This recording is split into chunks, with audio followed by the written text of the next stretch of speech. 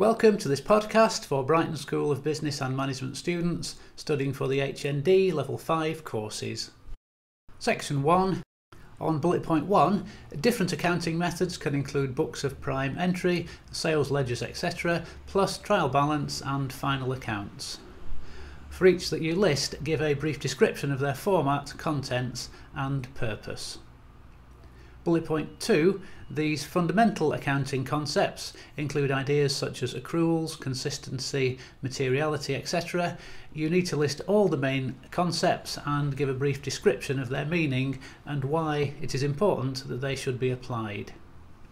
On the third bullet point, you need to discuss how the size, legal format, structure, business sector and local legislation have an influence on the size, complexity and type of accounting system needed.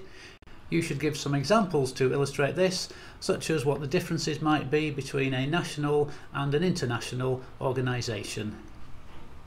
Section 2. The first bullet point is about the potential risks in the financial activities of an organisation. You should discuss what the risks might be, how an organisation can assess and manage risk, and what guidance is available at the corporate level on compliance and risk management. Bullet point 2 is about financial controls, such as segregation of duties, authorisation procedures, policies and auditing. You will need to discuss and give examples of how these are applied. Here you will need to list types of financial and accounting fraud that might be perpetrated, giving examples and suggesting how these could be detected, such as through the use of spot checks, formal auditing and so on. Section 3. Ideally using your own organisation, or if that's not possible, one that you can research, you need to do exactly as you're being asked, which is to plan an audit. For guidance and examples of audit plans, you could search on Google using the phrase financial audit plus plan plus example and visit the websites recommended at the end of this podcast. In particular, have a look at www.issai.org.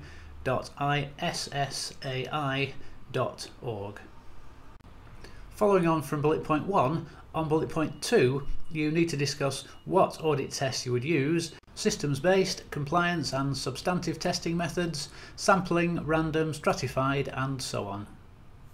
On the third bullet point, you need to discuss audit files, working papers, checklists, interview notes, questionnaires, etc. against the background of the audit scenario above. Section 4. In bullet point 1, you need to prepare a draft audit report which should include purpose, content, opinion of the auditor, qualified and/or unqualified status, etc.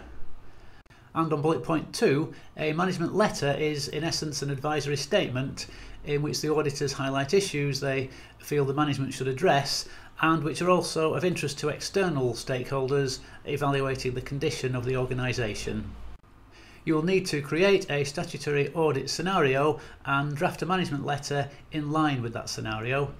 Using your own organisation would be ideal, but if not, then create an imaginary but realistic scenario.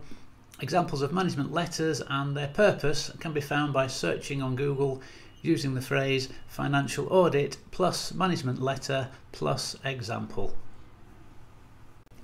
Finally, here are some websites that you should find useful when preparing this assignment. If you need any further help or guidance with this assignment, please contact your tutor.